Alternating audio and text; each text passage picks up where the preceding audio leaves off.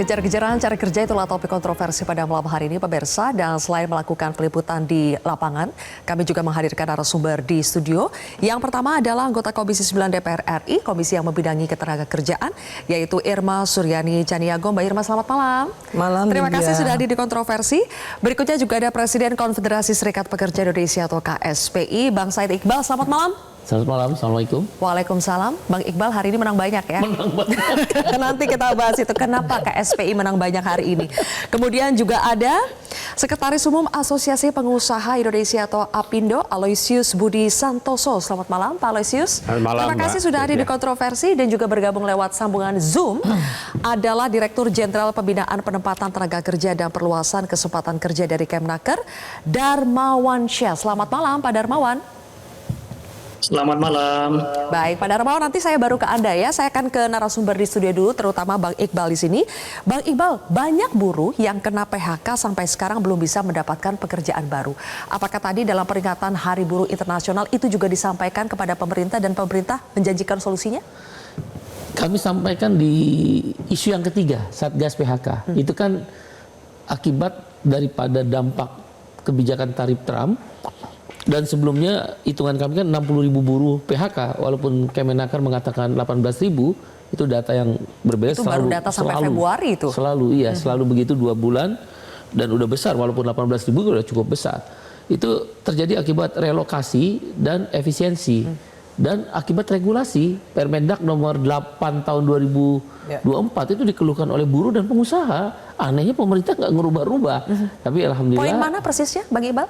Yaitu impor barang jadi yang kita anggap tanda petik lah brutal ya, yang sehingga mematikan harga produksi dalam negeri di tekstil garment itu nggak bisa bersaing dengan impor dari Cina terutama, sehingga perusahaan melakukan efisiensi dan itu tutup. Buktinya apa? Bukan faktor upah. Kejadian itu banyak terjadi di perusahaan di Jawa Tengah yang upah minimumnya terendah di Indonesia, artinya bukan faktor upah. Mereka mengeluhkan, termasuk Sritek kan mengeluhkan tentang Permendak nomor 8 tahun 2024 itu. Nah, itu juga sudah kami sampaikan kepada Presiden Prabowo dalam beberapa pertemuan sebelumnya. Dan itulah keluar akhirnya Satgas PHK untuk mengantisipasi kebijakan Trump dan juga kebijakan yang sebelumnya, termasuk deregulasi terhadap Permendak nomor 8 tahun 2024 dan regulasi-regulasi lainnya. Nah, yang kedua yang harus diingat, kenapa kejar-kejaran nyari kerja itu susah? Kita ini udah deindustrialisasi loh. Decline menurun, terutama di sektor tekstil garment sepatu, kita kenal dengan labor intensif. Itu kan perusahaan-perusahaan yang menyerap tenaga kerja banyak sekali.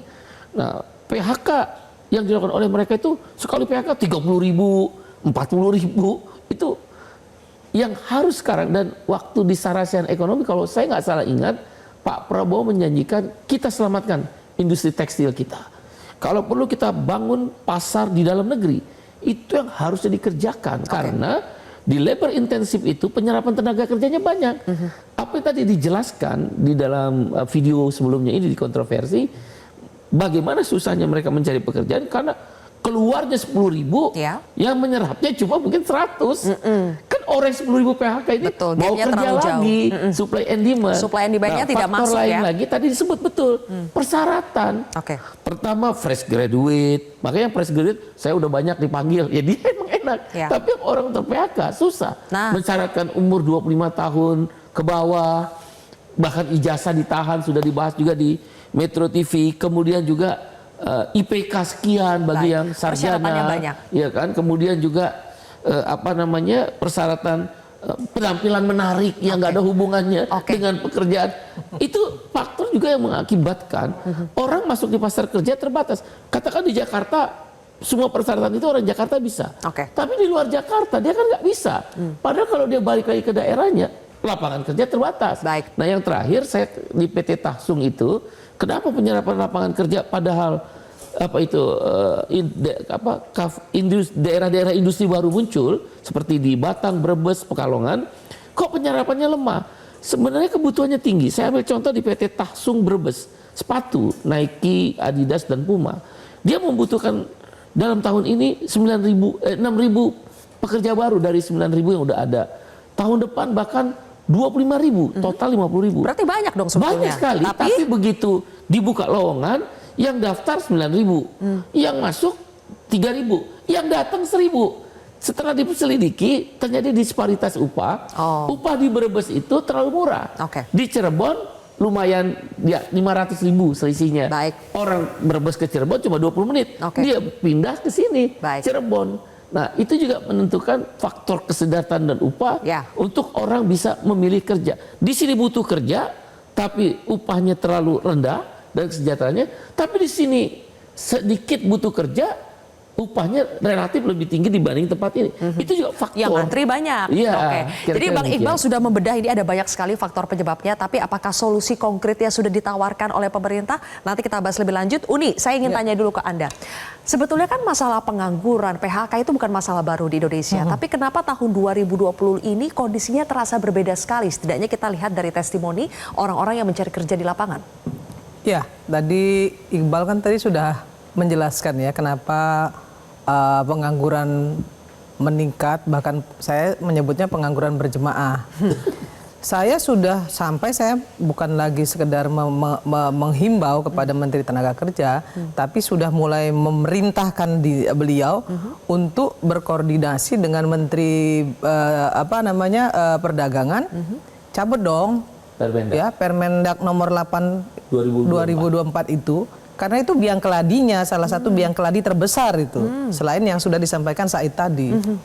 Itu sudah saya sudah sampaikan. Jadi tidak terkendali ya barang-barang impor murah itu? Bapak presentasi ke Presiden.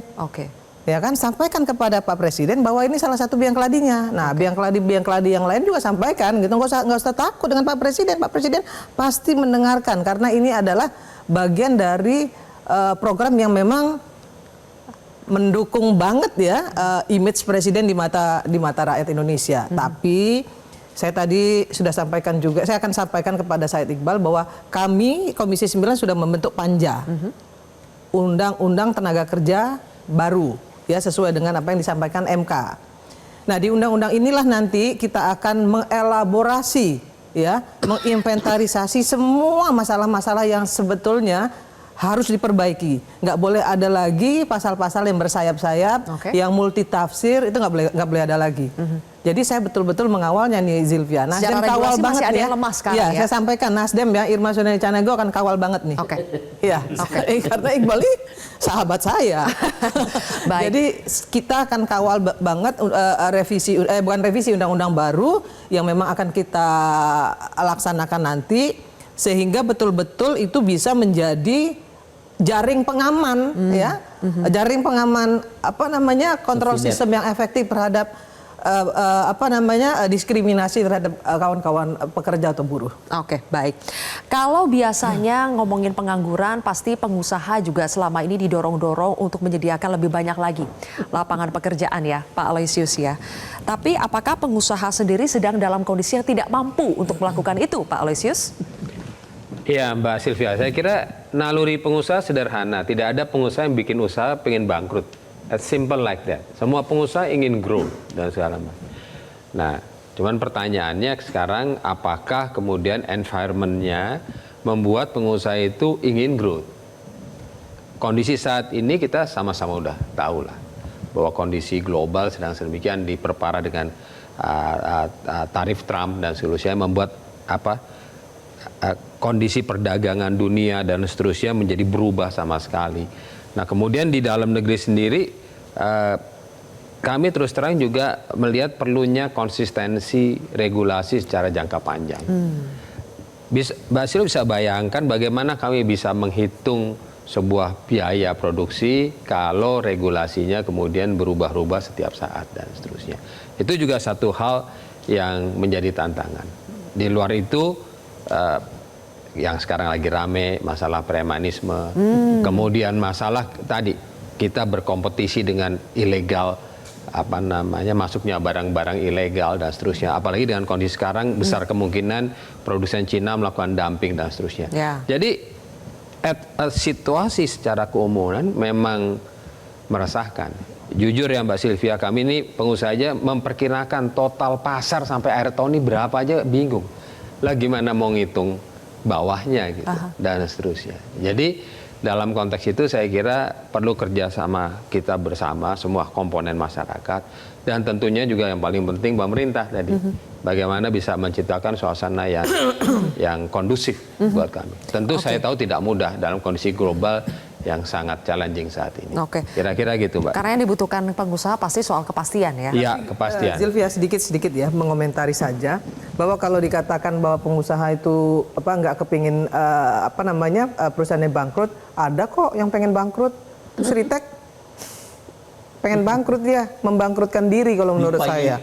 Ya karena gini, Said, 3 perusahaannya dipilotkan. Iya. Tapi ada satu perusahaannya itu justru karyawan yang sudah harusnya pensiun dan minta pensiun nggak dikasih, malah dituntut. Itu kejadian dan saya mengawal itu. Kan aneh, saya bilang loh, yang ini aja yang di PHK banyak gitu. Kenapa yang udah tua-tua ini yang udah minta pensiun, yang udah nggak bisa lagi bekerja gitu ya, udah nggak mau bekerja lagi karena sudah usia tua, tapi nggak dikasih pensiun gitu. Kenapa ini nggak menggantikan gitu loh, Zilvia? Kenapa nggak digantikan itu? Akhirnya ada memang moral jadi hazard. ada juga Pak yang memang pengen bangkrut Pak. Moral hazard. Saya kira kasus lah. Tapi nggak ada orang berusaha bikin usaha ingin bangkrut. Garis besarnya pengusaha ingin mengatakan bahwa situasi hari ini memang juga menyulitkan bagi pengusaha boro-boro untuk menyediakan lapangan kerja baru, untuk sekedar menghitung ini kos produksi, pasarnya akan seperti apa saja sulit. Begitu ya Pak Aloysius ya. Kalau begitu sekarang apakah pemerintah sebetulnya sudah punya solusinya jangka pendek setidaknya? Saya akan tanya ke Pak Darmawan. Pak Darmawan? Ya. Oke. Pak Darmawan tadi pasti sudah menyimak ya apa saja yang disampaikan oleh narasumber di studio yang intinya ada peran pemerintah yang sangat krusial untuk bisa mengatasi persoalan pengangguran, badai PHK. Dan kita sangat berharap pemerintah punya solusi jangka pendeknya. Seperti apa itu Pak Darmawan?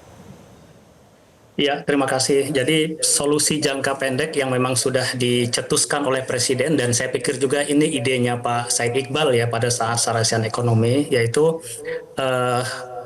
kita akan membentuk Satgas PHK dan ini sudah diumumkan oleh Presiden.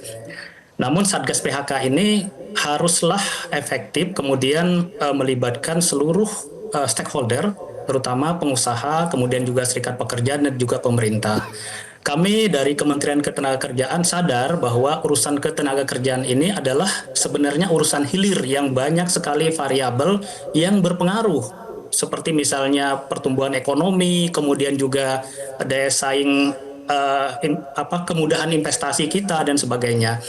Namun permasalahan-permasalahan yang dihadapi saat ini sebenarnya menurut kami ini adalah akumulasi dari permasalahan-permasalahan yang terjadi sebelumnya. Contoh misalnya terkait dengan mismatch pendidikan. Mismatch pendidikan kita ini menyebabkan lulusan pendidikan ini tidak match dengan kebutuhan pasar kerja. Nah ini sebenarnya sudah berlangsung sangat lama sekali di Indonesia, sudah beberapa presiden. Nah sekarang dampaknya terakumulasi saat ini. Kemudian juga betul seperti yang tadi Pak Said Iqbal katakan bahwa persyaratan kerja, kami di Kemnaker juga sedang mengkaji untuk bagaimana membuat persyaratan kerja yang memudahkan bagi pencari kerja. Termasuk yang Bu Irma sampaikan tadi, Undang-Undang Ketenagakerjaan ini usianya sudah 22 tahun.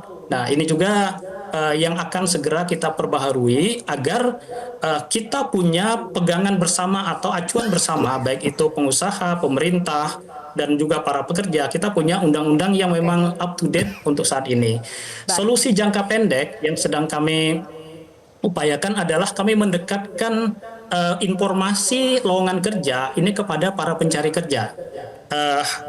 Kita punya program yang namanya Bursa Kerja Khusus, yaitu kita membuka bursa kerja di lembaga pendidikan, di perguruan tinggi, dan sebagainya, sehingga para pencari kerja ini bisa mencari kerja ini di tempat pendidikannya. Jadi tidak lagi seperti yang tadi digambarkan antri dan sebagainya. Menyediakan akses informasi loker yang lebih mudah ya. Tapi Pak Darmawan, tadi saya tertarik dengan poin ketika Anda mengatakan ada masalah mismatch pendidikan dengan kebutuhan industri. Kalau begitu apa usaha dari Kemnaker untuk supaya lebih match antara pendidikan dengan kebutuhan industri? Apakah sudah menjalin komunikasi dengan menteri yang terkait? Iya, jadi menteri kami itu Menteri Ketenagakerjaan sudah membuat MOU dengan Menteri Pendidikan Dasar Menengah. Jadi nanti lulusan SMK ini kita poles di Balai Latihan Kerja. Jadi baik itu keterampilannya disesuaikan dengan kebutuhan pasar saat ini, kemudian juga dengan terutama soft skills-nya.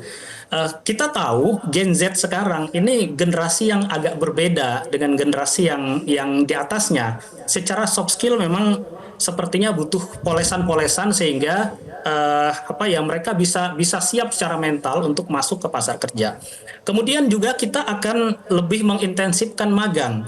Jadi kebijakan pelatihan vokasi di Kemnaker itu akan diarahkan kepada kebutuhan skill saat ini, kemudian yang menggunakan teknologi digital, kemudian juga dimagangkan di perusahaan, sehingga ketika mereka selesai magang, diharapkan mereka sudah sesuai kompetensinya dengan kebutuhan di tempat kerja. Begitu solusi jangka pendek yang disiapkan oleh Kemnaker. Satu lagi Pak Darmawan, tadi dari Bang Said Iqbal, dari Bu Irma sampai Pak Aloysius di sini sepakat bahwa Permendag nomor 8 tahun 2024 soal barang-barang impor, barang-barang ilegal itu menjadi biang kerok dari PHK-PHK yang terjadi. Jelajahi cara baru mendapatkan informasi. Download Metro TV Extend sekarang.